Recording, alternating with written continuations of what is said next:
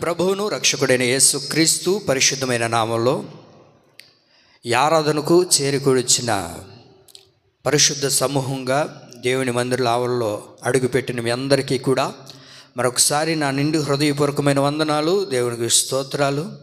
పరిశుద్ధ గ్రంథంలో నుంచి ఈ మార్చి నెల వాగ్దానం నిర్గమాకాండం 33వ అధ్యాయం 19వ వాక్యం. నిర్గమాకాండం 33వ అధ్యాయం 19వ వాక్యం. ఆయన నా మంచితనమంతయు నీ ఎదుట కనపరిచెదను. మరొకసారి సర్వాన్ని సృష్టించిన సర్వనాథుడైన యేసుక్రీస్తు ప్రభుల వారు ఈ మార్చి నెల ఉద్దేశించి మనందరితో చెప్తున్న మాట, నా మంచితనమంతయు నీ ఎదుట కనపరిచెదను. ఆమేన్. చెప్పండి, ఈ మార్చి నెల ప్రభు మనతో చేస్తున్న వాగ్దానం ఏంటి? నా మంచితనమంతయు నీ ఎదుట కనపరిచెదను, నా మంచితనం అంతా నీ ఎదుట చూపిస్తాను, నేను ఎంత మంచివాడినో నేను మీకు ఒకసారి తెలియచేస్తాను. వాస్తవానికి మనకు బాగా తెలుసు దేవుడు ఎంత మంచివారో. అయితే మరొక్కసారి ప్రభు నూతనపరిచి ఈ నెలలో ఆయన ఎంత మంచివాడో, ఎంత మంచి దేవుడో, ఆయన ఎంత సుగుణాల సంపన్నుడైన దేవుడో అవన్నీ మనం తెలుసుకునేటట్లుగా ఈ నెలలో ప్రభు మన ఎదుట కనపరుచునుగాక. మోషేతో ప్రభు చెప్తున్న మాట, నా మంచితనం అంతా నీ ఎదుట కనపరుస్తాను. నువ్వెందుకని బాధపడుతున్నావు?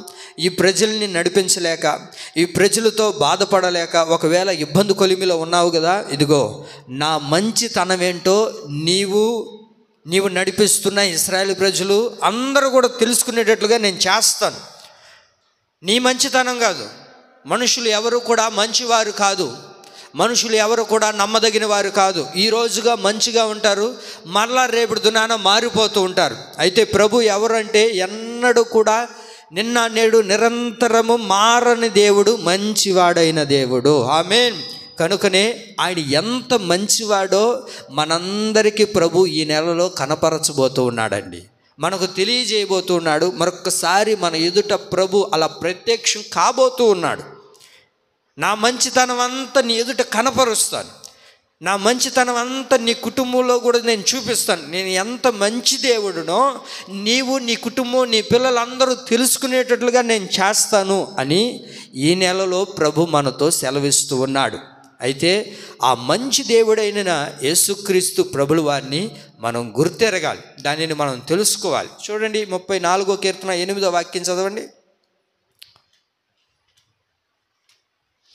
34వ కీర్తన 8.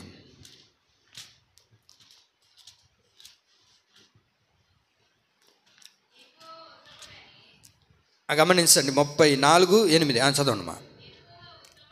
యెహోవా ఉత్తముడని రుచి చూచి తెలుసుకోండి.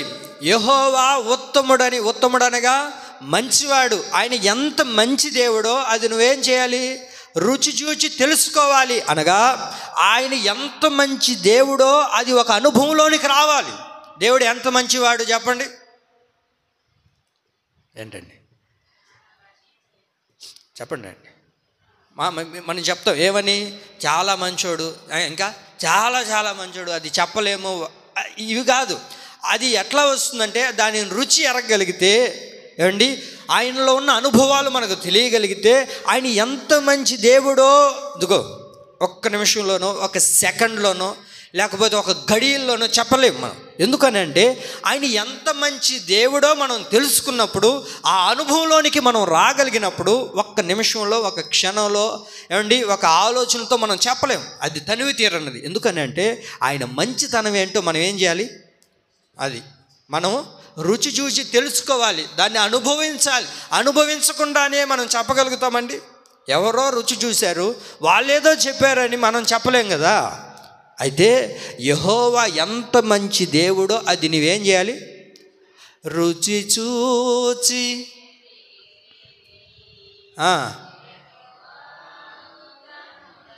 అది చూసారా మీరు? ఎప్పుడైనా ఆయన రుచి ఎరగగలిగితే మనం విడిచిపెట్టలేమండి. ఆయన రుచి మనకు తెలియగలిగితే దాన్ని వదిలేసుకోలేం. యెహోవా ఎంత ఉత్తముడో, ఎంత మంచి దేవుడో అది మనం రుచి చూచి తెలుసుకోవాలి. ఆ రుచి నీకు తెలియనంత కాలము దేవుడు నాకేం చేశాడు, దేవుడు అంత చెడ్డోడు అని మాట్లాడుతూ ఉంటాం. దేవుడు ఎంత మంచివాడో అది నీవు రుచి తెలుసుకోగలిగితే ఏమండి నా దేవుని ప్రియులారా, నువ్వు ఎన్నడూ ఆయన్ని విడిచిపెట్టలేవండి.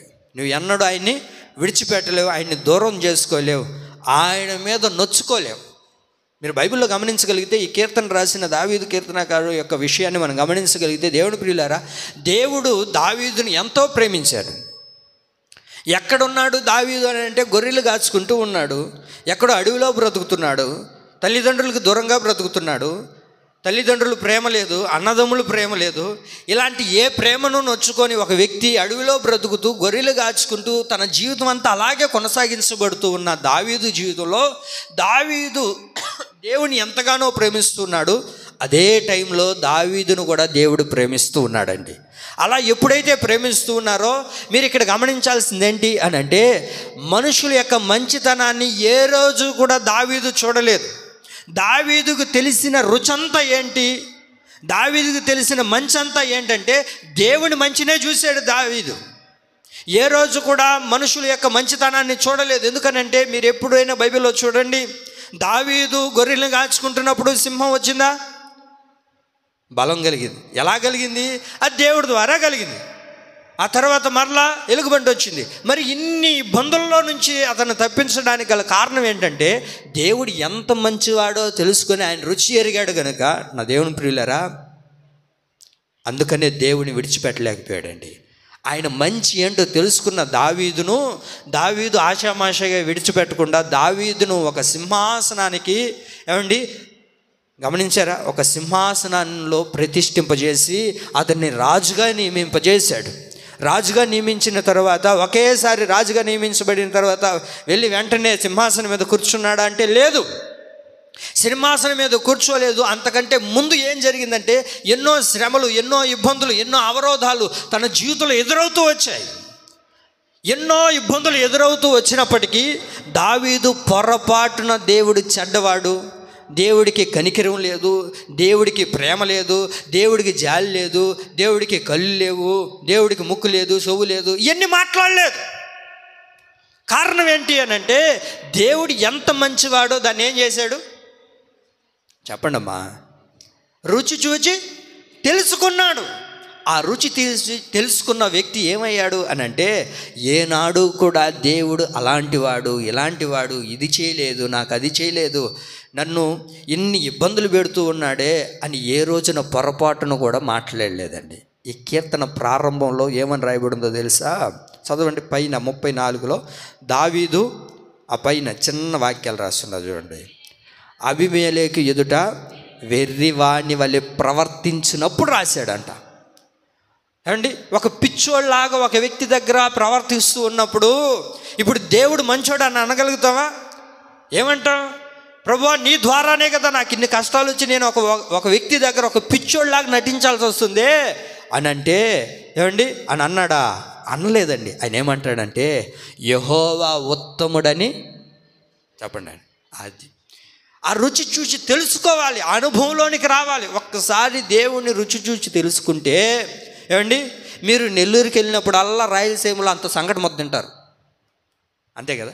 ఎంత బాగుంటుంది తమ్ముడా రాయలసీమ బిర్యానీ, ఎంత బాగుంటుంది, బ్రహ్మాండంగా ఉంటుంది. పోయినప్పుడు అల్లా తినాలనిపిస్తుంది. ఎందుకని? ఒక్కసారి దాన్ని రుచి ఎరిగాడు అనుకోండి ఏమండి, మీరు ప్రతిసారి వెళ్ళినప్పుడల్లా అదే రుచి దొరుకుతుంది. ఎప్పుడైనా ఒకసారి తగ్గిన రుచి, కానీ నీకు అది తప్పు అనిపించదు. మీకు అర్థమవుతుందా? మీకు అర్థమవడానికి ఎప్పుడైనా ఒకసారి రుచి తగ్గింది అనుకోండి, ఉప్పు లేకపోయానో లేకపోతే సప్పగా ఉండో ఏదో ఒకటి జరుగుతుంటుంది అప్పుడప్పుడు, కానీ నువ్వు తినేటప్పుడు దాన్ని గుర్తుపట్టలేవు. కారణం ఏంటి? మొదట్లో దాని రుచి ఏంటో తెలుసుకున్నావు, కొద్ది దినాలు గడిచిన తర్వాత దాన్ని మర్చిపోతావు. దాంట్లో ఏ చెడున్నా ఏమండి, ఒకవేళ దానికి ఇబ్బంది కలుగుతున్నా నీకు దాన్ని గుర్తుపట్టలేవు. అట్లాగే దేవుని విషయంలో ఏమండి, దేవుడు మంచివాడని రుచి చూసి నువ్వు తెలుసుకుంటే దేవుని ఎన్నడూ ఎప్పుడు ఏనాడు కూడా విడిచిపెట్టి ఆయన నుంచి బయటికి వెళ్ళలేమండి. వెళ్ళగలుగుతావా? వెళ్ళలేము. నువ్వు పోవాలనుకున్నా పోనివ్వలేమండి. ఎందుకనంటే యెహోవా ఉత్తముడని మనం ఏం చేయాలి? రుచి చూచి తెలుసుకోవాలి. రుచి చూచి తెలుసుకోవాలి. ఈ నెలలో ఆయన మంచితనం అంతా నీ ఎదుట కనపరచబోతూ ఉన్నాడు. మనుషులు ఎప్పుడు మంచిగా కనబడతారు చెప్పండి? చెప్పండి అండి. మనుషులు ఎప్పుడు మంచిగా కనబడతారు? నేను చెప్పమంటారు? వినండి. ఎప్పుడు మంచిగా కనబడతారు మనుషులు అని అంటే, వారి యొక్క మంచితనాన్ని ఎప్పుడు కనపరుస్తారు అని అంటే, ఉదయాన్నే పెళ్లి చూపులకు పోవాలి.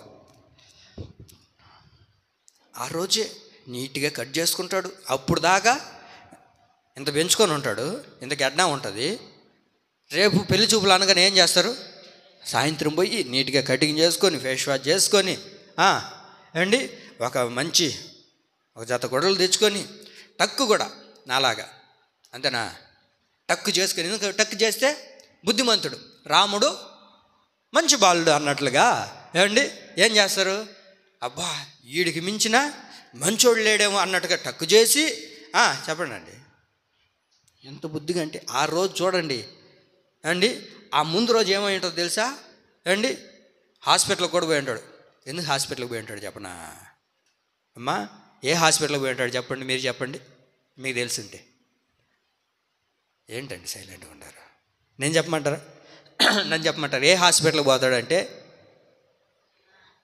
చెప్పండి అండి. ఎందుకు పోతాడు చెప్పనా?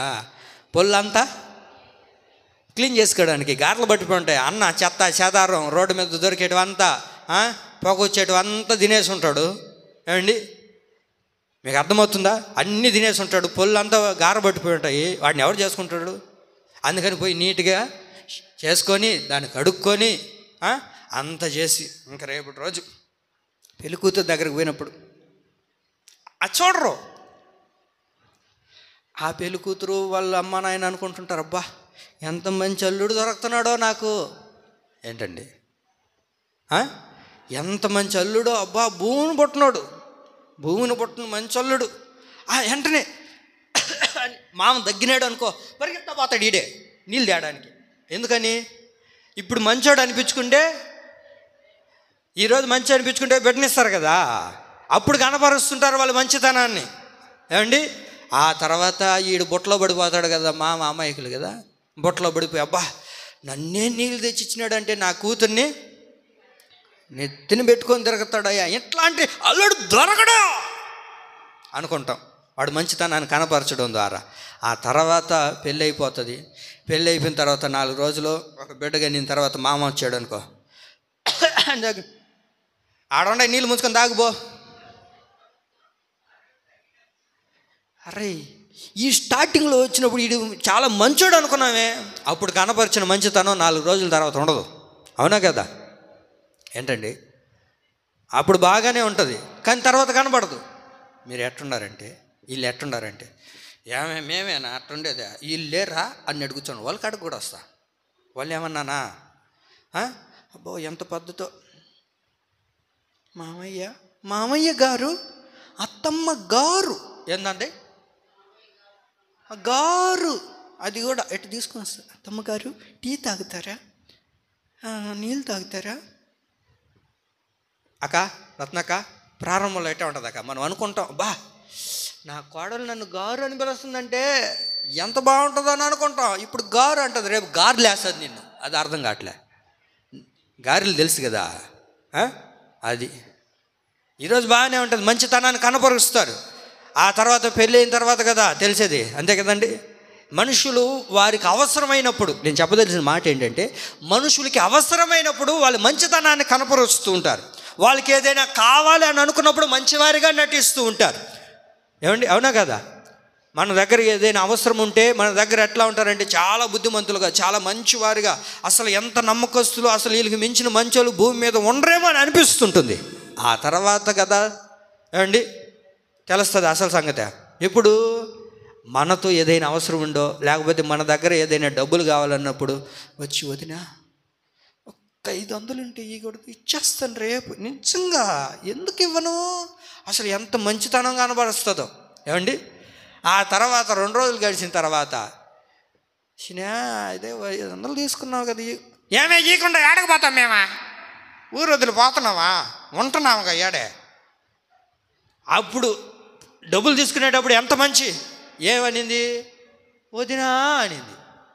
ఇప్పుడు డబ్బులు అడిగితే ఒక్కరో కూడా కరికిరేవు లేకుండా నాకు ఎన్ని బాధలు ఉన్నాయా, ఏం 500 పెద్ద ఈయన సంపాదించిందా, మా అన్నదే కదా. ఎందుకు నవ్వుతున్నావు? నువ్వు నవ్వు బాకాక బాగుండదా? నువ్వు నవ్వుతేనే బాగుండదు కదా. నేనేమంటానంటే, మనుషులకు అవసరమైనప్పుడు వాళ్ళు మంచితనాన్ని కనపరుస్తారు. ఏమండి, వాళ్ళకి ఏదైనా కావాలని అనుకున్నప్పుడు మంచితనాన్ని చూపిస్తారు. నా దేవుడు ఎవరో తెలుసా? ఏమండి, నువ్వు ఎట్లాంటి చెడ్డవాడువో, మనం ఎలాంటి మూర్ఖులమో, ఎలాంటి అతిక్రమాలు చేస్తున్నామో, ఎలాంటి పాపంలో బ్రతుకుతున్నామో ఎవరికి తెలిసినా తెలియకపోయినా దేవుడికి సమస్తం తెలుసు. అయినప్పటికీ దేవుడు మన దగ్గరకు వచ్చి ఆయన మంచితనాన్ని అంతా కనపరచబోతూ ఉన్నాడు. ఆమేన్. మత్తయి సువార్త 7:11 చదవండి. మత్తయి సువార్త 7:11.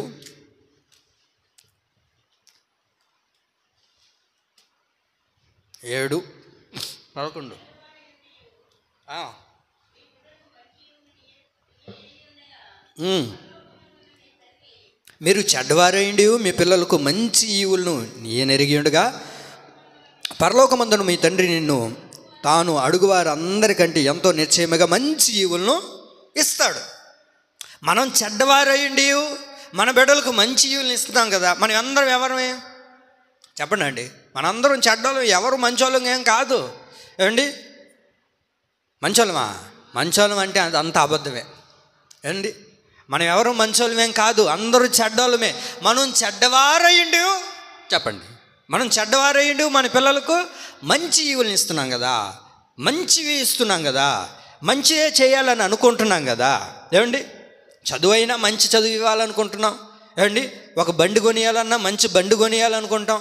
ఏమండి, ఏది ఇచ్చినా మన బిడ్డలకి మంచిదే చేయాలి, మంచిదే ఇవ్వాలి అని మనం ఆలోచిస్తూ ఉన్నప్పుడు, ఏమండి, మనం చెడ్డవారి ఉండే మంచి చేయాలనుకున్నప్పుడు మంచి దేవుడైన దేవుడు మనల్ని చెడ్డ చేస్తాడా మన జీవితంలో? చెప్పండి. మన జీవితంలో ఇబ్బందిని కలగజేస్తాడంటారా? చేయడు. ఆయనకి తెలిసిందల్లా ఏంటంటే మంచే. ఆయనకి తెలిసిందంట మంచే. ఆయనకి కీడు చేసేది రాదు. ఆయనకి అసలు కీడు ఎలా ఉంటుందో అది తెలియదు ఆయనకి. ఆయన స్వభావం అంతా మంచితనం. ఏమండి, మనం చెడ్డవారైండే మన బిడ్డలకు మంచి చేస్తూ ఉన్నామే. మరి దేవుడు మంచివాడైనప్పుడు ఆయన మంచే కదండి మన జీవితంలో చేస్తారు. దానిని ఎరగని వారు, రుచి తెలియని వారే మాట్లాడుతూ ఉంటారండి. దేవుడు నాకేం చేయలేదు, ఏ మంచి చేయలేదు, అందరికీ మంచి చేస్తున్నాడు, అందరికీ అన్నీ చేస్తున్నాడే, నా జీవితంలోనే ఎందుకు ఇలా అయిపోతుంది అని అంటూ ఉన్నట్లయితే ఏంటో తెలుసా, నువ్వింకా ఆయన మంచితనాన్ని రుచి చూడలేదు. ఏం చేయలేదు? రుచి చూడలేదు. ఏమండి, దేవుని యొక్క మంచితనం ఏంటో అది మనకు తెలియాలండి. అది తెలిసినప్పుడు దేవుని ఎన్నడూ విడిచిపెట్టలేం. చూడండి, చిన్నప్పుడు అంటే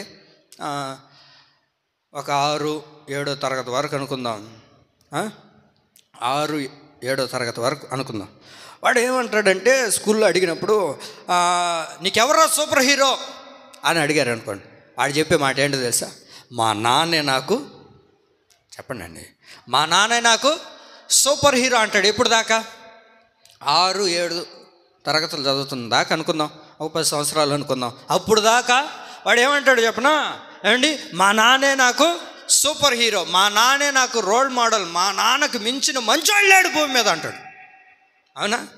అదే ఇంటర్ ఎక్కినావు అనుకో, ఎంతమ్మడా డిగ్రీ వచ్చిందనుకో, ఛే మా నాన్న అంత దుర్మార్గుడు లేడయ్యా, మా నాన్న అంత చెడ్డోళ్ళు లేడయ్యా. ఏం బెన్ని, ఎప్పుడు చూసినా అదిట్ అంటాడు, ఇదిట్ అంటాడు, ఇదిటి చేయొద్దు అంటాడు, అదిటి చేయొద్దు అంటాడు. ఆయన తెలుసా తలకే ఉందా లేదా?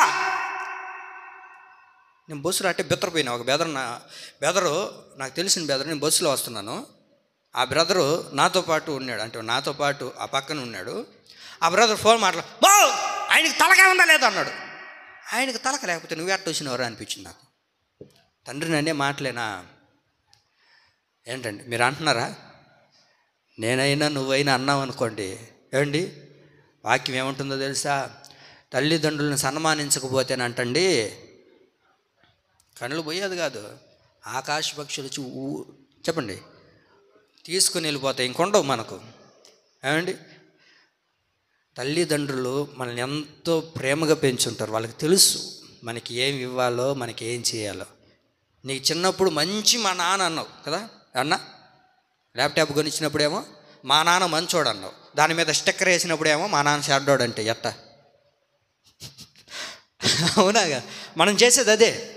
ఏమండి, ఏదైనా మనకు చేసినప్పుడు, మనకిష్టం వచ్చింది చేసినప్పుడు మంచి అంటాము. ఏమండి, మనకేదైనా ఒక మాట చెప్పినప్పుడు అది చెడ్డగా అయిపోతుంటుంది. నా దేవుని ప్రియులారా, మీకు ఒక విషయం చెప్పనా, మన తల్లిదండ్రులు ఎప్పుడు మనకు మంచి చేస్తారండి. వాళ్ళు ఏమండి ఒక అనుభవంతోనే ఏది చెప్పినా, ఏది చేసినా ఒక అనుభవంలో నుంచే మనకు చెప్తారే కానీ మనల్ని ఎవరు పాడు చేయాలని అనుకోరుగా.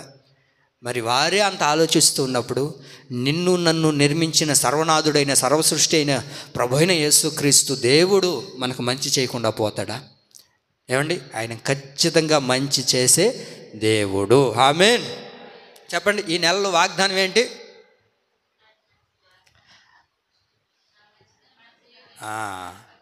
ఎక్కడున్నారు మీరు? బాగా వినండి. నా మంచితనం అంతయు నీ ఎదుట కనపరిచెదను. నా మంచితనం అంతా నేను నీకు చూపిస్తాను ఈ నెలలో. ఆయన ఎంత మంచివాడో, ఎంత మంచి దేవుడో అది మీరు ఈ నెలలో రుచి చూడబోతూ ఉన్నారు. ఆయన మంచితనం ఏంటి? ఆయన మంచితనం ద్వారా మన జీవితాల్లో ఎలాంటి కార్యాలు చేస్తాడు అన్న విషయాలు ఒక 2-3 మాటలు నేను చాలా క్లుప్తంగా చెప్పాలని ఆశపడుతున్నాను. చదవండి, నహూము గ్రంథం 1వ అధ్యాయము. ఉత్తముడు అనే దానికి కూడా మంచితనం అనే వస్తుంది. మీరు చూడండి అక్కడ, నహూము గ్రంథం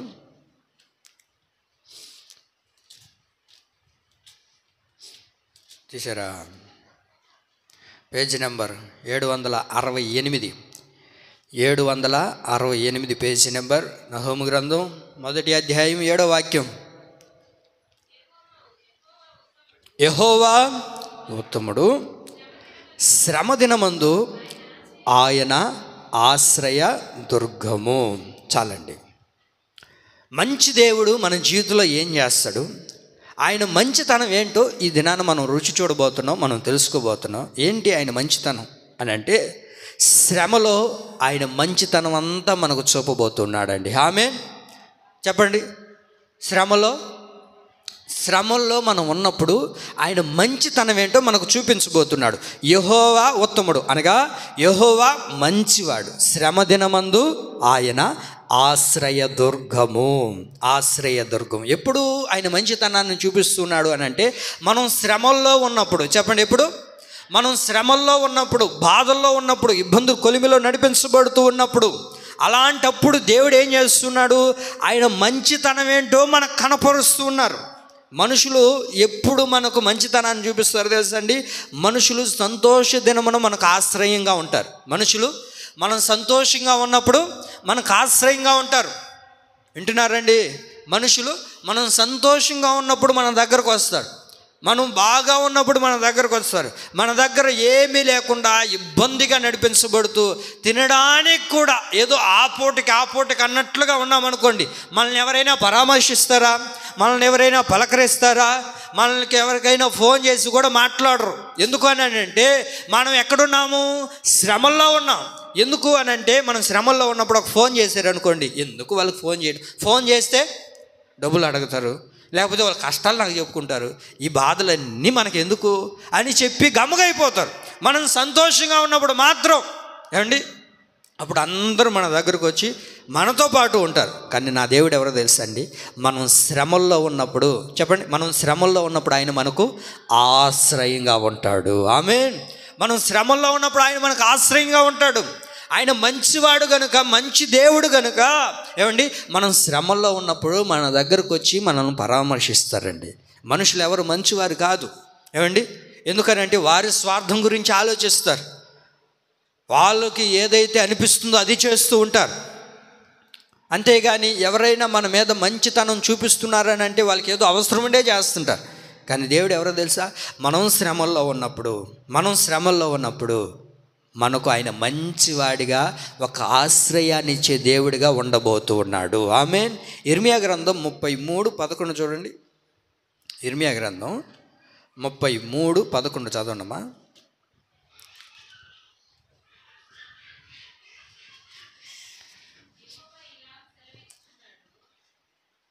చదవండి.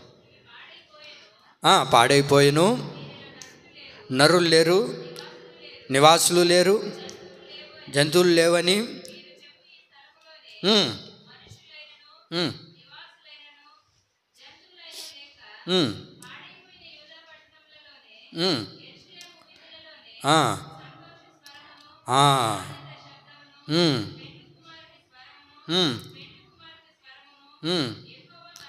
యెహోవా మంచివాడు, ఆయన కృప నిరంతరముండును. చూసారా, ఇక్కడ మీరు బాగా గమనించగలిగితే ఆ పైన ఏం జరుగుతుంది, ఎక్కడున్నారు వీళ్ళు అని అంటే, దేవుని బిడ్డలంతా ఎక్కడున్నారంటే శ్రమల మధ్యలో ఉన్నారు, బాధల మధ్యలో ఉన్నారు. ఏమండి, ఇబ్బంది కొలిమిలో వాళ్ళు నడిపించబడుతూ ఉన్నప్పుడు దేవుడు వారికి ఎలా ప్రత్యక్షమయ్యాడో తెలుసా? అక్కడ మంచివాడిగా వారికి ప్రత్యక్షం అవ్వడం ప్రారంభించాడు. నా దేవుని ప్రియులారా, మనం బాధల్లో ఉన్నప్పుడు, మనం శ్రమల్లో ఉన్నప్పుడు, మనం కష్ట పరిస్థితుల్లో నడిపించబడుతూ ఉన్నప్పుడు, మనం బాధ అని చెప్పినప్పుడు మన దగ్గర ఉన్న వాళ్ళు కూడా పారిపోతారు. అయితే మంచివాడైన దేవుడు నీకు బాధ కలిగిన ప్రతి సమయంలో నీ దగ్గరకు వచ్చి నిన్ను వెన్నుతట్టి నడిపించబోతూ ఉన్నాడు. బాధ కలిగినప్పుడు మనుషులు ఎవ్వరు మనతో ఉంటారా? బాధ కలిగినప్పుడు, లేకపోతే నీ గుండె లోతుల్లో ఏ బాధతో అయితే నువ్వు ఇబ్బంది పడుతూ, వేదన చెందుతూ, ఇది నా వల్ల కాదు, నాకు ఇంకా నేను బ్రతకలేకపోతున్నాను, నేను ఈ బాధను మోయలేకపోతున్నానే అన్న ప్రతి సమయంలో మంచి దేవుడైన ప్రభువు నీ దగ్గరకు వచ్చి ఆయన నీకు ఆశ్రయంగా ఉండబోతూ ఉన్నాడు. ఆమె నువ్వు శ్రమలో ఉన్నప్పుడు, నువ్వు కష్టంలో ఉన్నప్పుడు, నువ్వు బాధతో కృషించిపోతూ ఉన్నప్పుడు, ఏంటో పాస్టర్ గారు ఇప్పటికీ 2025 సంవత్సరం 2 నెలలు గడిచిపోయాయి, ఈ 2 నెలల్లో కూడా ఉన్న బాధలు అట్లాగే ఉన్నాయి, ఉన్న అనారోగ్యము అట్లే ఉంది, ఉన్న కష్టము అట్లాగే ఉన్నాయి, తొలగిపోలేదే, తీరిపోలేదే, కనుమరుగైపోలేదే, ఎప్పుడు పోతాయి, నా వల్ల కావట్లేదే. ఇలాంటి పరిస్థితుల్లో నేను ఉన్నప్పుడు దేవుడు చూడట్లేదా అని అంటే దేవుడు ఖచ్చితంగా చూస్తూ ఉన్నాడు. అందుకనే ఇదిగో ఈ మార్చి నెలలో ఏ బాధలు అయితే నువ్వు ఉన్నావో, ఏ శ్రమలు అయితే నువ్వు ఉన్నావో, నా దేవుడు మంచితనం అంతా నీకు చూపించబోతూ ఉన్నాడు. ఆమేన్. బైబిల్లో తల్లి ఉందండి, ఆమెమి అనామకురేలేం కాదు ఏమండి, ఆమెకి భర్త ఉన్నారు, ఆమెకి అందరూ ఉన్నారు. అయితే ఈమెకున్న శ్రమ ఏంటి, ఈమెకున్న కష్టం ఏంటి, ఈమెకున్న బాధ ఏంటి అని బైబిల్లో మనం ఒకసారి ఆలోచించగలిగితే, ఆమెకి అన్నీ ఉన్నా సరే ఒక బాధతో ఆమె బాధపడుతుంది, ఒక వేదన ఆమె గుండెల్లో దాచబడి ఉంది. అది ఎవరూ తీర్చలేనిది, ఎవరికి చెప్పినా దానికి సొల్యూషన్ లేకుండా పోతుంది. ఎక్కడెక్కడో తిరిగినా, ఏమేమి ప్రయత్నాలు చేసినా సరే ఆమె బాధ తొలగిపోవట్లేదు, ఆమె శ్రమ తీరట్లేదు, ఆమె కష్టం పోవట్లేదు. అలాంటి పరిస్థితుల్లో ఎప్పుడైతే ఇలాంటి బాధల్లో నడిపించబడుతున్న ఆ తల్లి దేవుని సన్నిధిలోనికి పరిగెత్తుకుంటూ వచ్చి దేవుని సన్నిధిలో ఆమె ప్రార్థన చేయడం ప్రారంభించింది. అలా ఎప్పుడైతే ఆమె ప్రారంభించిందో, ఆమె శ్రమను చూసిన దేవుడు, ఆమెను బాధను చూసిన దేవుడు, ఆ కష్ట పరిస్థితిని చూసిన దేవుడు ఆమెను విడిచిపెట్టి వెళ్ళిపోకుండా మంచి దేవుడు ఆమెకు ప్రత్యక్షమై ఆమె జీవితంలో అద్భుతమైన కార్యాన్ని కలగజేసి ఓ మంచి కుమారుని ప్రభు అనుగ్రహించాడు. ఆమేన్. ఇంకా జరగదని అనుకునింది, ఇంకా నా జీవితం ఇంతేమో అన్న పరిస్థితుల్లో దేవుని సన్నిధికి వచ్చి ఆమె ఏం చేసింది, ప్రార్థన చేయడం ప్రారంభించింది. అన్నమ్మ తల్లి, ఇంత బాధలో ఉన్నావు కదా, ఇంత శ్రమల మధ్యలో నలిగిపోతున్నావు కదా, ఎవరైనా నీ దగ్గరకు వచ్చారా, ఎవరైనా నిన్ను వెన్నుదట్టి నడిపించారా, బాధపడొద్దులే, ఏదో ఒక రోజు దేవుడు కార్యం చేస్తాడని చెప్పారంటే ఎవరు చెప్పలేకపోయారు ఆమెకి. అయితే ఆమె అనుకునింది ఎవరు మంచివారు కాదు. మీకు తెలుసా, తన భర్త కూడా మంచివాడు కాదు. నిజమండి. ఎందుకు తన భర్త కూడా మంచివాడు కాదు అని నేను చెప్తున్నాను అని అంటే, ఇప్పుడు ఆ మంచివాడైతే ఫస్ట్ పెళ్లి చేసుకున్నాడుగా, ఏమండి, బిడ్డలు పుట్టకపోతే ఏమైంది, ఉండొచ్చు కదా, ఏమండి, అవునా కదా. మరి ఎందుకని ఆమెను పెళ్లి చేసుకోవాలి, ఏమండి. సరే, ఆమె పెళ్లి చేసుకున్నాడు, ఆ మనిషి ఏమైనా మంచి అంటే ఆమె ఏమో కూడా మంచి కాదు, ఏమండి. ఆమె కూడా ఈమె ఏం చేస్తుంది, ఇబ్బంది పెడుతుంది, ఏమండి. ఇలాంటి ఇబ్బంది పరిస్థితుల్లో నడిపించబడుతుంటే అనుకునింది హన్నమ్మ, ఎవరు మంచి వాళ్ళు కాదు, ఏదో పైకి నటిస్తూ ఉన్నారు, ఏదో వాళ్ళకి అవసరత కోసమో లేకపోతే వాళ్ళ మెప్పుల కోసమో వాళ్ళకి ఏదో కావాలని చేస్తూ ఉన్నారు. కనుకనే నా దేవుడు చాలా మంచివాడు కదా, ఏదైనా చేయగలిగిన దేవుడు కదా, నా బాధను తొలగించేది ఆయనే కదా, నా కష్టాన్ని కడతీర్చేది ఆయనే కదా, నా బాధల శ్రమల్లో నుంచి నన్ను గట్టెక్కించేది ఆయనే కదా అని ఆలోచించిన హన్నమ్మ తల్లి ఏం చేసిందో తెలుసా? ఇప్పుడు దేవుని సన్నిధిలోనికి వెళ్ళి ప్రార్థన చేయడం ప్రారంభించింది. సమూయేలు మొదటి గ్రంథం 2:2 చదవండి త్వరగా.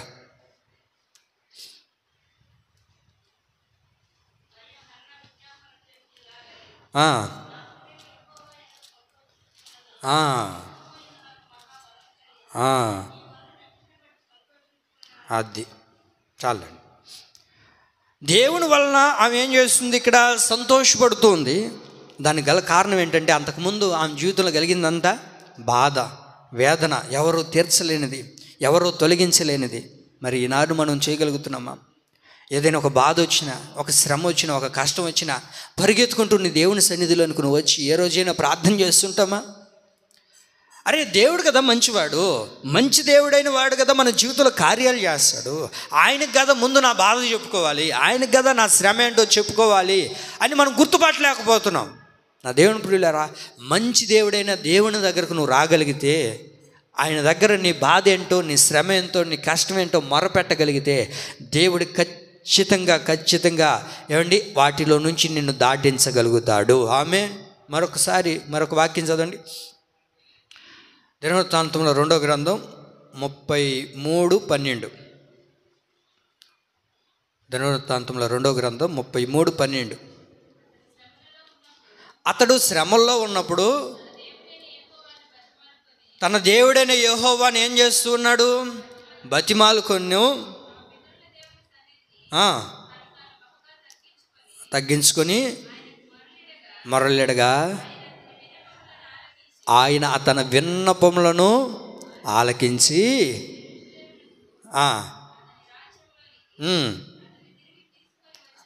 చాలండి.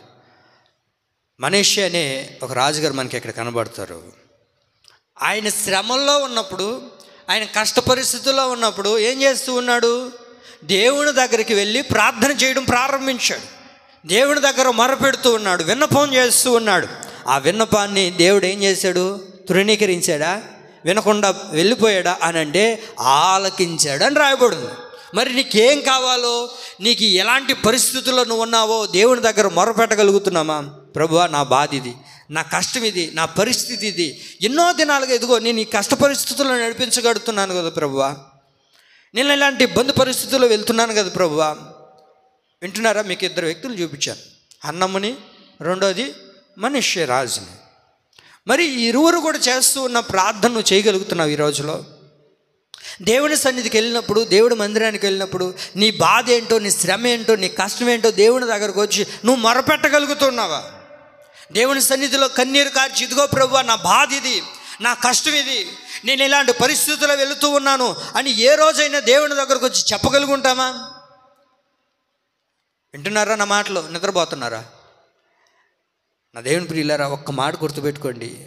మంచి దేవుడి దగ్గరకు నువ్వు వచ్చి, ప్రభువా నువ్వు చాలా మంచివాడయ్యా, నేనే ఎన్నో అతిక్రమాలు చేసి నేనే చెడ్డవాడిగా మారిపోయాను, దయతో నీ కృప చూపించి ఇదిగో నేను ఇలాంటి పరిస్థితుల్లో ఉన్నాను ప్రభువా, ఇలాంటి కష్టంలో నేను ఉన్నాను ప్రభువా, నేను ఇంకెప్పుడు గట్టెక్కేది, నేను ఇంకెప్పుడు ముందుకు వచ్చేది, నాకన్నా చిన్నవాళ్ళు, నాకన్నా ఏమంటే ఈ మధ్య జాయిన్ అయిన వాళ్ళు, ఈ మధ్య ఉద్యోగం చేసే వాళ్ళు కూడా బాగానే బ్రతుకుతున్నారే, నేను ఎందుకు ప్రభు ఇలాగైపోతున్నాను? నా స్నేహితులందరూ బాగున్నారే, నా ఇరుగు పొరుగు వారు బాగున్నారే, నా బంధువులందరూ బాగున్నారే, వాళ్ళ మధ్యలో నేను ఇలా ఉన్నప్పుడు నేను అవమాన పాలుగా ఉన్నాను కదా, నవ్వుల పాలుగా ఉన్నాను కదా ప్రభువా, నా పరిస్థితి ఒక్కసారి చూడు ప్రభువా అని దేవుని దగ్గర నువ్వు మొరపెట్టగలిగితేనండి, దేవుడు ఖచ్చితంగా నీ మొర విని నీ ప్రార్థన ఆలకించి ఆయన మంచితనం అంతా నీ మీద కురిపిస్తాడండి. ఆమేన్. కాబట్టి మనం ఏం చేయాలో తెలుసా?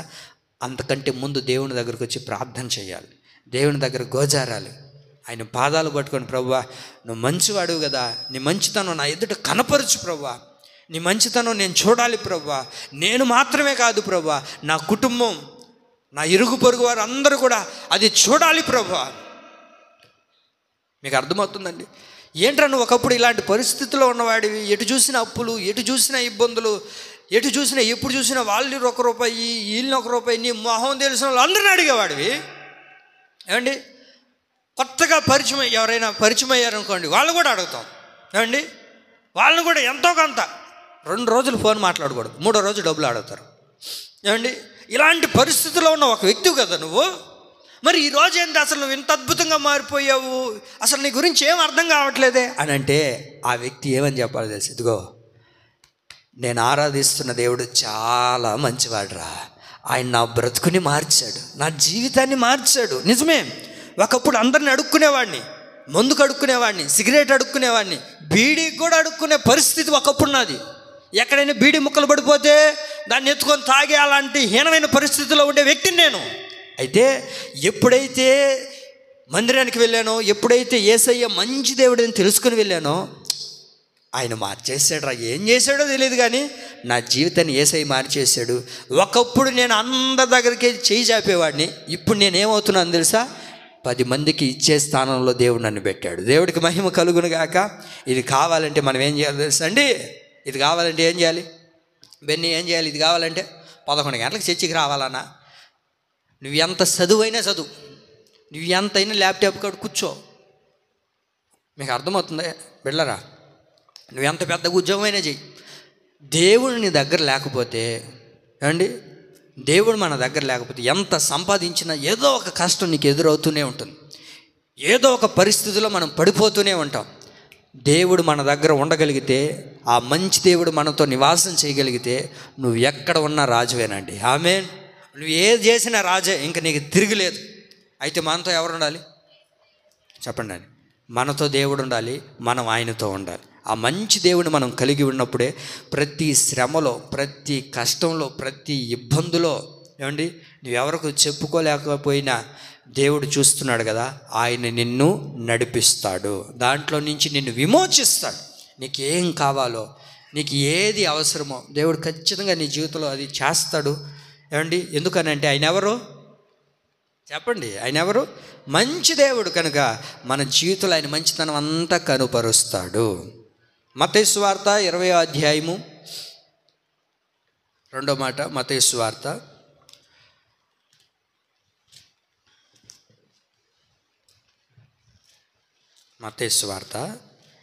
20వ అధ్యాయము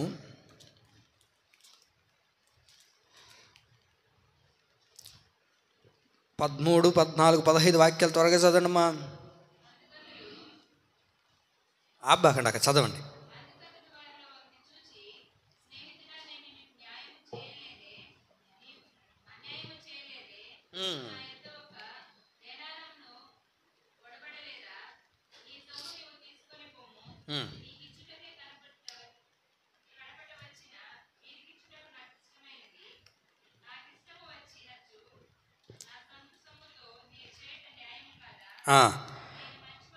నేను మంచివాడినైనందున నీకు కడుపు మంటగా ఉన్నదా అని చెప్పాను.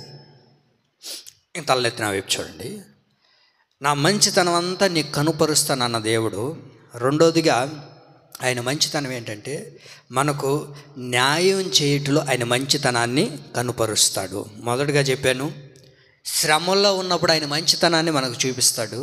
ఏమండి రెండోదిగా న్యాయము చేయుటలో చెప్పండి, న్యాయం చేయుటలో ఆయన మంచితనం ఏంటో నువ్వు చూడగలుగుతావు.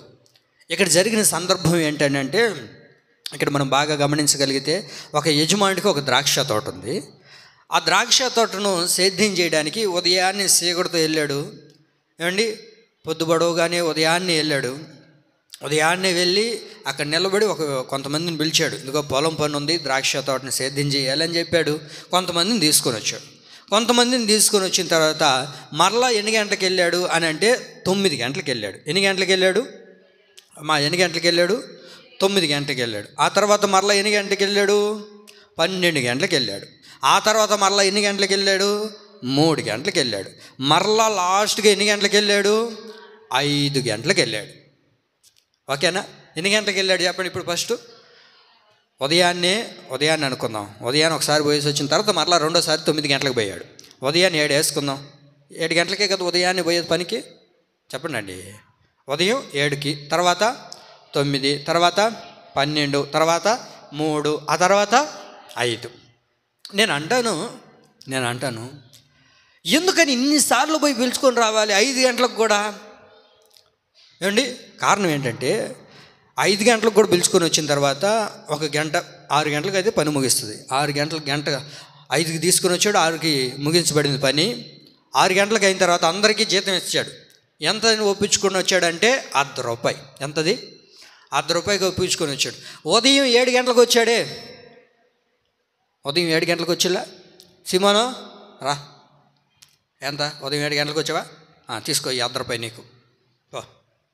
నాను ఎన్ని గంటలకు వచ్చావు? 12కి. తీసుకో పో. జ్ఞాని ఎన్ని గంటలకు వచ్చావు? 12 గంటలకు వచ్చాను సార్. తీసుకో ఈ ₹100 పో. తర్వాత 3 గంటలకి. ఎవరు? బెన్నీ ఎన్ని గంటలకు వచ్చినాను ఆయన? 3 గంటలకి. ఇదిగో ఈ ₹100 తీసుకో పో. శాలేమో ఎన్ని గంటలకు వచ్చాను ఆయన? 5 గంటలకు వచ్చానయ్యా. 5 గంటలకే? వెరీ గుడ్, తీసుకో. ఎంత? ₹100. ఇప్పుడు నేను లాస్ట్లో చెప్పిన వ్యక్తి ఎన్ని గంటలకు వచ్చాడు? 5 గంటలకు వచ్చి ఎంతసేపు పని చేశాడు? 1 గంట. ఎందుకో తెలుసా? వీడు ఎవ్వరు కూడా, ఈ నలుగురు గుంపు ఎవరు కూడా సరిగ్గా పనిచేసిన వాళ్ళు కాదు. ఏమండి, ఈ నలుగురు కూడా సరిగ్గా పనిచేస్తుంటే, 5 గంటలకు పోయి పిలుచుకొని వచ్చి ఉంటాడా? మీకు అర్థమైందా నా మాటలు? అర్థమవుతుందా? వ్యర్థమైపోతుందా? అర్థమైతే అర్థమైందని చెప్పి, అర్థమైందా? అర్థమైంది ఏం చెప్తారు, మళ్ళీ మర్చిపోతారు, అంతే కదా. ఇప్పుడు మీకు బాగా వినండి, నలుగురికి ఏమి ఇచ్చాడో 5 గంటలకు వచ్చిన వ్యక్తికి కూడా అదే. కాకపోతే దేవుడు ఏంటంటే అందరికీ న్యాయం చేస్తాడని, ఎవరికి అన్యాయస్తుడైన కాదు ఆయన. ఎందుకనంటే 5 గంటలకు వచ్చిన వ్యక్తి ఉదయం 7 గంటలకు వచ్చి సాయంత్రం దాకా ఏం పని చేశాడో అంత కష్టపడ్డాడు 1 గంటలో ఈ వ్యక్తి. ఈరోజున మనం అది చెయ్యం. ఏమండి, మనకు అది లేదు. మనం ఏం చేస్తుంటాం అంటే, ఏదైనా యజమానుడు ఉన్నప్పుడు మాత్రం అప్పుడు చేస్తాం. ఆయన అటు పోయినాడు అనుకో, అప్పుడు కూర్చొని సోదంతా మాట్లాడుతుంటాం. మళ్ళీ వచ్చినాడు అనుకో, అప్పుడు ఎత్తుక్కుంటాం మళ్ళా. అండి, ఒక వ్యక్తి ఉంటారండి, ఎవరో ఒకరు నమ్మకంగా పని చేసేవాళ్ళు, వారికి దేవుడు ఎప్పుడు కూడా అన్యాయం చేయలేడండి. అన్యాయం చేస్తాడా? అన్యాయం చేయడు ఆయన. ఆయనకి అది చేత కాదు. మంచి దేవుడు ఏం చేస్తాడు అని అంటే, న్యాయము చేయుటలో ఆయన మంచితనం అంతా నువ్వు చూడబోతున్నావండి ఈ నెలలో. ఎవరైతే నీకు అన్యాయం చేశారో, ఏ పరిస్థితుల్లో అయితే అన్యాయాన్ని చూస్తూ వచ్చావో, ఆ పరిస్థితులన్నిట్లో ప్రభు నీకు న్యాయాన్ని చేయునుగాక. ఆయన న్యాయమే చేస్తాడు. ఏమండి, అన్యాయం చేసి వెళ్ళిపోడు. అన్యాయం ఎవరు చేస్తారు? నేనేం అడిగాను? అన్యాయం ఎవరు చేస్తారు? చెడ్డోళ్ళ, మంచోళ్ళ? అన్యాయం ఎవరు చేస్తారు చెప్పండి అన్న. శాలేమన్నా అన్యాయం ఎవరు చేస్తారు చెప్పు అన్న. చెడ్డవాళ్ళు, ఓకే. అంటే మంచోళ్ళు చేయరా? మంచోళ్ళు కూడా అన్యాయం చేస్తారు కదా. ఎట్లా చెప్పనా? ఎందును బట్టి అన్యాయం చేస్తారు తెలుసా మీకు? చదవండి, వాక్యం చదవండి. అది కూడా రాసుండారంటయ్యా అన్నట్టు ఉన్నారు మీరు. సమూయేలు మొదటి గ్రంథం 8వ అధ్యాయము 3వ వాక్యం. సమూయేలు మొదటి గ్రంథం 8వ అధ్యాయము 3వ వాక్యం చదవండి.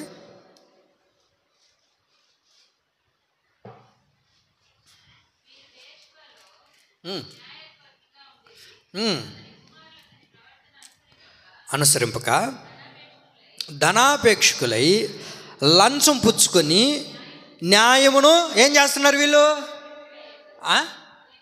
అది అనగా న్యాయాన్ని అన్యాయం చేస్తున్నారు. న్యాయాన్ని ఈరోజు లోకంలో జరిగేది అదే. లోకంలో జరిగేది ఏంటో తెలుసండి, న్యాయంగా ఉన్నా సరే అన్యాయం ఏం చేస్తున్నారు? త్రిప్పివేస్తున్నారు, దాన్ని అన్యాయంగా చూపిస్తున్నారు. లేదంటారా? ఏంటండి, వాళ్ళు ఉంటారు కదా, బ్లాక్ వేసుకొని లోపల వైట్ వేసుకొని, వాళ్ళు ఏం చేస్తారు? అక్కడ అన్యాయం జరుగున్నా సరే నువ్వేమిస్తే అది డబ్బులు ఇచ్చావనుకో, ఏమండి అర్థమవుతుందా? ఏదైనా చేస్తారు. డబ్బులు ఇచ్చావనుకోండి, ఏదైనా మాట్లాడతారు. డబ్బు ఏం చేస్తుందో తెలుసా? న్యాయాన్ని కూడా అన్యాయం చేసేటట్లుగా చేసేస్తుంది. అవునా కదా అండి? మనుషులు ఎంత మంచోడైనా సరే డబ్బు తీసుకొని పోయినావు అనుకో, వాడు చెడ్డోడుగా మారిపోతాడు. అవునా కదా? ఏంటండి? అవునండి. ఎందుకనంటే దాని స్వభావమే అంత. నువ్వు ఎంత మంచోడువో, నీకు ఒక 10 రూపాయలు ఇచ్చి, ఇదిగో సుదర్శన్ అన్న వెళ్ళి నువ్వు చెప్తే వింటారు వాళ్ళు అని చెప్పి ఒక తప్పు నొప్పించామనుకోండి. ఇప్పుడు అన్న చెప్తే అందరూ వింటారు అనుకోండి. ఎందుకని వింటారు అని అంటే, అరే వీడికి అబద్ధం తెలీదు, వీడు అన్యాయం చేయడు, వీడు ఏది చెప్పినా అది కరెక్ట్గానే ఉంటుంది. నేను ఊరికి ఉదాహరణకి వీడు ఏది చెప్పినా కరెక్ట్గానే ఉంటుంది కదా అని చెప్పి ఏమండి అందరు నమ్ముతారు. కానీ అక్కడ ఏమైంది ఇప్పుడు చెప్పండి. అది మీరు అప్పుడప్పుడు చూడండి, కోర్టులో కేసులు జరుగుతుంటాయి. దేని మీద ప్రమాణం చేయమంటారు. ప్రమాణం చేసిన తర్వాత అన్నీ చెప్తారా ఏమండి? అన్నీ అన్యాయాలే కదా ఏమండి? నా దేవుని ప్రియులారా, డబ్బు ఉంటే ఏదైనా చేయగలుగుతారండి అండి. డబ్బు ఉంటే ఏం చేస్తారు వాళ్ళు? అన్యాయాన్ని ప్రచారం చేస్తూ ఉంటారు, అన్యాయాన్నే చూపిస్తూ ఉంటారు. నా దేవుడు ఎవరో తెలుసా? నీకు న్యాయం చేసే దేవుడు. ఆమేన్. ఆయన ఎప్పుడు నీకు న్యాయం చేసే దేవుడేనండి. ఇన్ని దినాలు మనుషులు నాకు అన్యాయం చేశారండి, మనుషులు నాకు అంత అన్యాయమే చేశారు, మా తల్లిదండ్రులు నాకు అన్యాయం చేశారు. కొంతమంది మాట్లాడుతుంటారు, మా అమ్మ నాన్న నాకు ఎంత అన్యాయం చేశారు తెలుసా పాస్టర్, చెప్పుకుంటే తెలుగు తీరదు. ఏమన్యాయం చేసినారు, ఎట్టోడినిచ్చి నాకు పెళ్లి చేయనారా, ఎంత అన్యాయం చేసినారు నాకు. ఏంటండి నవ్వుకుంటున్నారు? అన్నేవాళ్ళు లేరా? ఉండరు. ఎంత అన్యాయం చేసినారు నాకు, ఎంత అన్యాయం చేసినారు అండి. మనుషులు అన్యాయం చేసినా దేవుడు అన్యాయిస్తాడు కాదుగా. ఆయన ఎవరికి అయినా సరే ఆయన న్యాయం చేస్తాడండి. ఆయన అన్యాయం ఎప్పటికీ ఒక మనుషుడికి చేయరు. మనుషులు చేసినట్టుగా ఆయనకి ఏమండి అన్యాయం చేత కాదు దేవుడికి. ఆయన ఎప్పుడు నీకు మంచితనమే చేయగలుగుతాడండి. మనుషులు చెప్తుంటారు నాకు అన్యాయం చేశారు, అన్యాయం చేసి పెట్టినారు. ఎవరు అన్యాయం చేయరండి. వాళ్ళకి ఏమన్నా తెలుస్తుందా? అట్లాంటోడు ఇట్లాంటోడండి మనకు తెలియదుగా. నా దేవుని ప్రియులారా, దేవుడు ఎవరో తెలుసా? నీకు ఎన్నడూ ఎప్పుడు అన్యాయం చేయకుండా న్యాయమే చేస్తాడు. ఆమేన్. చేస్తాడా లేదా? మనుషులైతే అన్యాయం చేస్తారా లేదండి? చేస్తారు, అన్యాయం చేసేవాళ్ళు. ఆ మధ్య ఒక అక్క అంటుంది, నా భర్త నాకు ఎంత అన్యాయం చేసినట్టు తెలుసు అనింది. ఏమన్యాయం చేశాడాక అంటే, అక్కడెక్కడ ఉందంట చిన్న ఇల్లు. ఉన్నారు లేదా? సైలెంట్గా ఉన్నారు ఏమండి? ఉన్నారు చాలామంది. ఇదే జరుగుతుండేది లోకంలో, తంతంతా ఇదే ఏమండి. అన్యాయం చేసేవాళ్ళు ఉన్నారు. దేవుని ప్రియులారా, దేవుడు ఎప్పుడు కూడా మనకు అన్యాయం చేయడండి. ఆయనకు అన్యాయం చేత కాదు అండి. ఆయన ఎప్పుడు మనకు న్యాయమే చేస్తాడు. న్యాయాన్ని చేసే దేవుడే మనం ఆరాధిస్తున్న దేవుడు. ఆమేన్. ఎందుకు అనంటే, బైబిల్లో చూడండి, మనం ఒక విషయాన్ని గమనించగలిగితే అబ్రహాం మనకు కనబడతారు. అబ్రహాం అంటే దేవుడికి చాలా ఇష్టం. అబ్రహాముకు తెలియకుండా ఏ పని కూడా దేవుడు చేసినవాడు కాదు. అలాంటి పరిస్థితుల్లో అబ్రహాముతో ఒక మాట దేవుడు మాట్లాడు, ఇదిగో సొదొమ గొమొర్రా పట్టణాలని నేను పాడు చేయాలనుకుంటున్నాను, ఏం చేయమంటావు అబ్రహాం అని అంటే, అబ్రహాం అంటాడయ్యా అక్కడ నీతిమంతులుంటే అని అంటే, నీతిమంతులుంటే వదిలేస్తాను పో, చూడు 50 మంది ఉంటే వదిలేస్తా, మరలా వస్తాడు. 45 మంది ఉంటే వదిలేస్తా, మరలా 40 ఉంటే వదిలేస్తా, తర్వాత 30 ఉంటే వదిలేస్తా, మరలా 20 ఉంటే వదిలేస్తా, 10 మంది ఉన్నా వదులుతావా అంటయ్యా అని అంటే, నేను న్యాయం చేసే దేవుని కదా అబ్రహాం, నీకు తెలియదు ఏముంటి, నేను ఎందుకు అన్యాయంగా చంపుతాను? ఏం దేవుని ప్రియులారా, మనం అనుకుంటూ ఉంటాం దేవుడు నాకు అన్యాయం చేశాడని. మరి ఆ పట్టణంలోనే దేవుడు అన్యాయం చేయలేకపోయినప్పుడు మన మీద దేవుడు అన్యాయం చేస్తాడండి? మన చేతులారా మనమే పాడు చేసుకుంటాం మన జీవితాల్ని, మన చేతులారా మనమే నాశనం చేసుకుంటూ ఉంటాం, మన చేతులారా మనమే పాడు చేసుకొని దేవుడు నాకు అన్యాయం చేశాడండి, దేవుడు ఎప్పుడు కూడా నాకు న్యాయం చేయలేదే అని మాట్లాడుతూ ఉంటాం. మన దేవుడు ఎప్పుడు మనకు న్యాయమే చేస్తాడు, న్యాయమే చేయగలిగిన దేవుడు. ఆమేన్. యెషయా గ్రంథం 61:8 చదవండి. యెషయా గ్రంథం 61:8.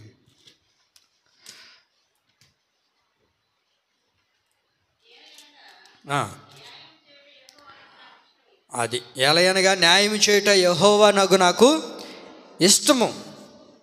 ఆయనకి న్యాయం చేయడం అంటే చాలా ఇష్టం అండి. ఆయన న్యాయాన్ని చేసే దేవుడు. నీ జీవితంలో ఒకవేళ ఎవరైనా అన్యాయం చేస్తుంటే అట్లాగే దేవుడు ఏం వదిలిపెట్టి వెళ్ళిపోడు అండి. దేవుడు విడిచిపెట్టేసి ఇంకా వాళ్ళకి అలా జరిగింది, వాళ్ళకి న్యాయం జరిగింది, నాకు అన్యాయం జరిగిపోయిందని దేవుడు నిన్ను అట్లాగే చూస్తూ విడిచిపెట్టి వెళ్ళిపోడు. నీ జీవితంలో ఎక్కడ అన్యాయం జరిగిందో దాని విషయంలో దేవుడు ఖచ్చితంగా నీకు న్యాయం చేయడం దేవుడు ప్రారంభిస్తాడు. నా దేవుని ప్రియులారా, ఈ రోజున అన్యాయం జరిగి నీ జీవితంలో ఒకవేళ కృంగిపోయి నలిగిపోతూ ఇంకా నా జీవితం ఇంతేనండి, అందరూ నాకు అన్యాయం చేశారు, నేను నమ్మిన వ్యక్తులు కూడా, నా స్నేహితులు, నా బంధువులు కూడా నాకు అన్యాయం చేసి వెళ్ళిపోయారు అని ఒకవేళ బాధపడుతుంటే దేవుడు ఎవరో తెలుసా అండి, ఆయన ఎప్పుడు నీకు న్యాయం చేయటంలో ఆయన ఉత్సాహంగా ఉండే దేవుడు. ఆయనకు అది ఇష్టమై ఉన్నది, నీకు ఎప్పుడు ఆయన న్యాయం చేస్తాడు.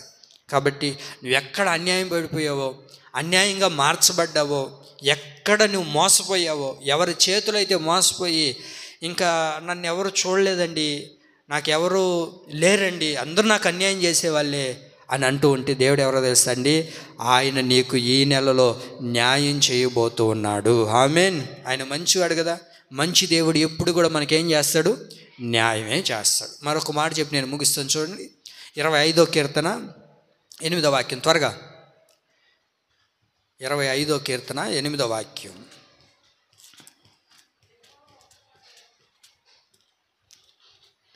యెహోవా ఉత్తముడును యథార్థవంతుడై ఉన్నాడు, కావున తన మార్గమును గురించి ఆయన పాపులకు ఉపదేశించును. ఉపదేశం చేయుటలో మంచితనాన్ని చూపుతాడు ఆయన. 3 విషయాలు చెప్పాను ఇప్పుడు. ఏ ఏ విషయాల్లో ఆయన మంచితనాన్ని చూపబోతున్నాడు అని అంటే చెప్పండి. శ్రమల్లో మంచితనం చూపబోతున్నాడు, న్యాయం విషయంలో మంచితనాన్ని చూపుతాడు, ఉపదేశం చేయుటలో మంచితనం చూపబోతూ ఉన్నాడు. ఉపదేశం అంటే ఒక మంచి మార్గాన్ని చూపించేటట్లుగా ఉపదేశం చేస్తాడు నీకు దేవుడు. ఏంటి ఆ ఉపదేశం? ఆ ఉపదేశం వల్ల మనకు జరిగేది ఏంటో తెలుసా అండి? ఆ ఉపదేశం వల్ల మన దైనందిన జీవితంలో ఏం జరుగుతుంది, ఎందుకని దేవుడు మనకు ఉపదేశం చేయాలనుకుంటున్నాడు. కొంతమంది చూడండి, కొంతమంది ఉపదేశాలు చేస్తుంటారు, అంటే వాళ్ళని కూర్చోబెట్టుకొని మాట్లాడుతూ ఉంటారు, ఇది ఇట్లా చేయాలి, ఇట్లా చేసుకోవాలి, ఇట్లా చేసుకుంటే మంచిదని. అయితే ఆ ఉపదేశాలన్నీ ఏమైపోతుంటాయి? మనుషుల దగ్గర ఫెయిల్ అయిపోతూ ఉంటాయి, పాడైపోతూ ఉంటాయి, ఉపయోగకరంగా ఉండవు. అయితే మన దేవుడు మనకు ఉపదేశం చేస్తే, అనగా మన దేవుడు మనతో మాట్లాడి ఏది మంచో ఏది చెడో అవన్నీ నీకు బోధిస్తూ ఉంటే అది నీకు ఏం జరుగుతుంది అని అంటే 119వ కీర్తన 93వ వాక్యం చూడగలిగితే ఆ ఉపదేశం మనకి ఏం చేస్తుందయ్యా? ఆ ఉపదేశం ద్వారా మన దైనందిన జీవితంలో ఏం జరుగుతుందంటే 119వ కీర్తన 93 చదవండి. నీ ఉపదేశం వలన నన్ను బ్రతికించితివి, నేనెన్నడను వాటిని మరువను. ఎందుకు ఆయన ఉపదేశం చేస్తాడు అని అంటే ఆ ఉపదేశం ద్వారా మనం ఏం చేయబడాలని? బ్రతకాలని. దేవుడు ఒక మంచి ఉపదేశం ఎందుకు చేస్తాడో తెలుసండి? ఆ ఉపదేశం ద్వారా మనం బ్రతకాలి, మన దైనందిన జీవితాల్లో పాడైపోకుండా, ఇబ్బంది పాలు అవ్వకుండా, ఏది మంచి ఏది చెడు, ఎట్లా వెళ్తే మనకు బాగుంటుంది, అవన్నీ చేయడానికి దేవుడు మనకేం చేస్తూ ఉంటాడు? ఉపదేశం చేస్తూ ఉంటాడు, మంచిగా బోధిస్తూ ఉంటాడు, దేవుడు మనతో మాట్లాడుతూ ఉంటాడు. అయితే ఈ రోజున మాట్లాడుతూ ఉన్న, ఉపదేశం చేస్తూ ఉన్న చాలామందికి గెట్టట్లేదండి. ఉపదేశం చేస్తూ మంచిగా మాట్లాడుతూ ఉంటే తలకాయ తింటున్నారు. ఏంటి మరి ఎంత విచిత్రంగా అని మాట్లాడి వెళ్ళిపోతూ ఉన్నారు. దేవుని ప్రియులారా, దేవుడు ఎందుకు నీకు ఉపదేశం చేయాలనుకుంటున్నాడు అని అంటే ఏమండి, ఆ ఉపదేశాన్ని విన్నవాడు ఏమవుతాడంట? బ్రతుకుతాడు. దేవుని ప్రియులారా, దేవుని ఉపదేశాన్ని ఎన్నడూ కూడా నువ్వు మర్చిపోకూడదని, ఆ ఉపదేశానికి అనుగుణంగా మనం నడిపించబడాలి. అందుకే జ్ఞాని అయిన సొలొమోను ఒక మాట రాస్తా చూడండి. సామెతల గ్రంథం 1:23. సామెతల గ్రంథం 1:23, 1వ అధ్యాయం 23వ వాక్యం.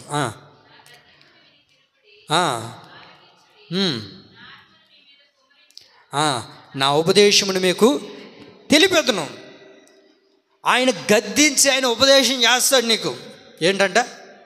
ఆయన గద్దించి మనకేం చేస్తాడు? ఉపదేశం చేస్తాడు.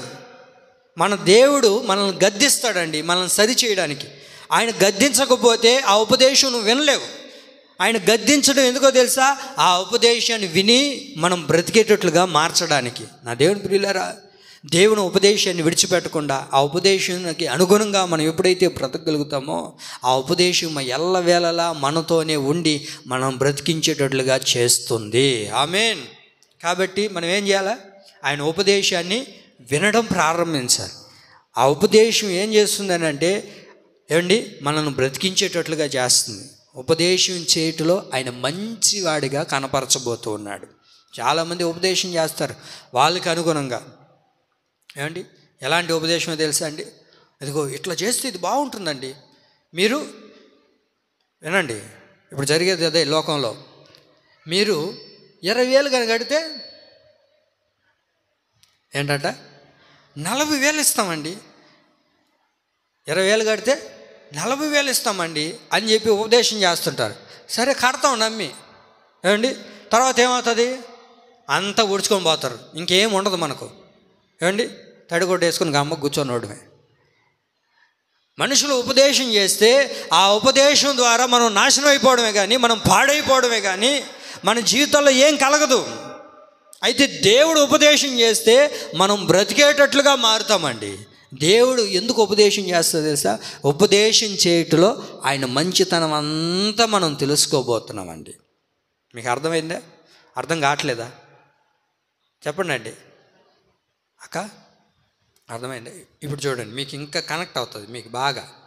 అక్క, ఈ చీరగాని తీసుకున్నాం అనుకో, ఎంత బాగుంటుందో తెలుసా? అబ్బా భలే ఉంటుంది అక్క, మెత్తగా ఉంటుందా, కలర్ కూడా పోదక్క, నిజమక్క అని చెప్తుంది ఈ అక్క. ఈ అక్క ఉపదేశాన్ని విని ఆ అక్క పోతుంది, కొనుక్కొని వచ్చుకుంటుంది. ఏమండి, తీసుకొని వచ్చుకుని 2వ రోజే కలర్ పోతుంది. ఆవిడేమనిపిస్తుంది? ఈ అక్క పోయి, ఏంసినా ఇంత పని చేసినావు, నీ మాటినే కదా, నీ ఉపదేశమినే కదా నేను చీర కొనుక్కొచ్చుకున్నాను అని అంటే ఈ అక్క అంటది, నేనైతే 1500 పెట్టి చీర కొనుక్కొచ్చుకున్నా, అది నాకు కూడా కలర్ పోయింది, నేను ఎందుకు ఇట్టుండాలా, నీకు కూడా అవ్వాలని అదే పని చేయను అంటది. మీకు అర్థమైందా? ఫస్ట్ కొనుక్కునేటప్పుడేమో చెప్పేటప్పుడేమో ఏమనుకుంటుంటుంది పక్కన ఆమె, అబ్బా ఎంత మంచి అక్క నువ్వు, భలే షాపు చూపించినావు నాకు అంటుంది. 2వది అది కలర్ పోయింది అని చెప్పినావు అనుకో, నాకు కూడా అట్టే జరిగింది, నేను ఎందుకు గమ్మగా ఉండాలి, అందుకని నీకే చెప్పాను. ఇప్పుడు ఇద్దరికిద్దరు సరిపోయింది కదా. మనకు మనుషులు ఉపదేశం చేస్తే ఇలాగే ఉంటుందండి. మనకు మనుషులు ఉపదేశం చేస్తే ఇట్లాగే ఉంటుంది తమ్ముడా. మనకు ఉపదేశం మనుషులు చేశారనుకోండి ఇట్లాగే ఉంటుంది. ఏం చెప్తారు? బెంగళూరులో కానీ చేరితే 20,000 శాలరీ, హైదరాబాద్లో కానీ చేరితే ఏం జ్ఞాని, హైదరాబాద్లో చేరితే ఎంత? 30,000. పక్క దేశం పోతే ఇంకేం ఉండదు. వాళ్ళ మాటలు వీళ్ళ మాటలు నమ్మి పోతా ఉన్నాం అనుకోండి, వాళ్ళ ఉపదేశం వీళ్ళు ఉపదేశం వింటా పోతా ఉన్నాం అనుకోండి, చివరికి ఏం ఉండదు. ఎందుకో చెప్పిన, ఒక్క దగ్గర స్థిరంగా ఉంటే ఈరోజు కాకపోయినా రేపైనా ప్రమోషన్ వస్తుంది. మనం అట కాకుండా ప్రమోషన్ వచ్చే టయానికి వాడెవడో చెప్పాడని చెప్పి వాడి మాట ఇన్ని వెళ్ళామనుకో, వచ్చే ప్రమోషన్ పోతుంది, ఆడ మళ్ళీ ఏమవుతుంది? న్యూ జాయినింగ్ అవుతుంది, ఇంకా మళ్ళీ ఫస్ట్ నుంచి స్టార్ట్ చేయడమే. ఏదైనా ఒక పని చేస్తున్నా, ఒక వ్యాపారం చేస్తున్నా, ఏది చేసినా దాంట్లో స్థిరంగా ఉండండి. ఏదో ఒక రోజున దేవుడు మనకు ఖచ్చితంగా దానిలో ఆశీర్వదించడం ప్రారంభిస్తాడండి. ఆమె అవునా కదా? చూడండి, ఒకప్పుడు వాచ్మ్యాన్గా ఉంటుంటారు కొంతమంది, పెద్ద పెద్ద కంపెనీలు వాచ్మ్యాన్గా చేసిన వాళ్ళు ఈరోజు మంచి ప్రమోషన్ తీసుకొని కూడా వెళ్ళిన వాళ్ళు ఉన్నారండి. కారణం ఏంటంటే నమ్మకత్వం. మనుషుల ఉపదేశం మనం వినకూడదు. వాడు వీడు చెప్పేవాళ్ళు ఎంతోమంది చెప్తూ ఉంటారు, అవునా కదా? వాళ్ళు వీళ్ళు ఉపదేశం విని మనం వెళ్ళామనుకోండి, మన జీవితాలు పాడైపోతాయి. దేవుడు ఒకడున్నాడు, ఆయన ఉపదేశం చేస్తాడు, మనతో మాట్లాడతాడు, మనకి ఏది మంచి ఏది చెడు, ఏది చేయాలో ఏది చేయకూడదు సమస్తాన్ని ప్రభు బోధిస్తాడు. ఆ రీతిగా మనం వెళ్ళగలిగితే ఆయన ఉపదేశం ద్వారా మనకేం చేస్తాడో తెలుసా? మంచే మనకు చేస్తాడు. ఆమేన్. దేంట్లో ఆయన మంచితనాన్ని చూపుతాడయ్యా అంటే ఉపదేశం చేయట్లో ఆయన మంచితనాన్ని మనకు చూపబోతున్నాడు. చెప్పండి, ఈ నెల వాగ్దానం ఏంటి? నా మంచితనం అంతయు నీ ఎదుట కనపరిచేదను. ఆయన మంచితనం ఏంటో అది మనం ఏం చేయాలి? రుచి చూచి తెలుసుకొని దానిని ఎరగాలి, అది గ్రహించాలి. ఎందుకంటే ఈ లోకంలో ఉన్న మనుషులే చెడ్డవారయ్యండి మంచి చేస్తున్నప్పుడు, మన దేవుడు మంచివాడు కదా, ఆయనకి చెడ్డతనమే తెలియదు కదా, ఆయన ఇంకెంత మంచి చేస్తాడు. కాబట్టి ఈ లోకంలో ఉన్న ఎవరైనా సరే, ఎవరిని తీసుకున్నా ఏమండి, అందరిలో ఏదో ఒక చెడు ఉంటుంది, కానీ మన దేవుడు ఎవరు? మంచి చేసే దేవుడు. ఏమండి, భూప్రపంచంలో ఎవరైనా మంచి అనగలిగిన వారు ఉన్నారు అని అంటే, మంచి దేవుడు అని పిలవగలిగిన వారు ఒకే ఒకడు, ఆయన పేరే నజరేయుడైన యేసు. కనుక ఆ మంచి దేవుడు ఎలాంటి మంచితనాన్ని మన ఎదురు చూపబోతున్నాడు? ఈ నెలలో అని అంటే శ్రమల్లో మనం ఉన్నప్పుడు ఆయన మంచితనం మనకు చూపుతాడు. చెప్పండి. న్యాయము చేయుటలో ఆయన మంచితనాన్ని చూపుతాడు. మూడోదిగా ఉపదేశం చేయుటలో ఆయన మనకు మంచితనాన్ని చూపబోతున్నాడు. ఈ నెలలో ఆయన మన ఎదుట మంచితనాన్ని కనపరుచునుగాక. ఆయన మంచితనాన్ని మనం అందరం చూచుదుముగాక. శ్రమల్లో ఆయన మన ఎదుట మంచివాడిగా నిలుచునుగాక. న్యాయము చేయుటలో దేవుడే మనకు మంచివాడిగా నిలుచునుగాక. ఆయనే మనకు ఉపదేశం చేయునుగాక. ఈ నా దేవుని మాటలు మన వినికిడిలో ప్రభు స్థిరపరచునుగాక. ఆమేన్.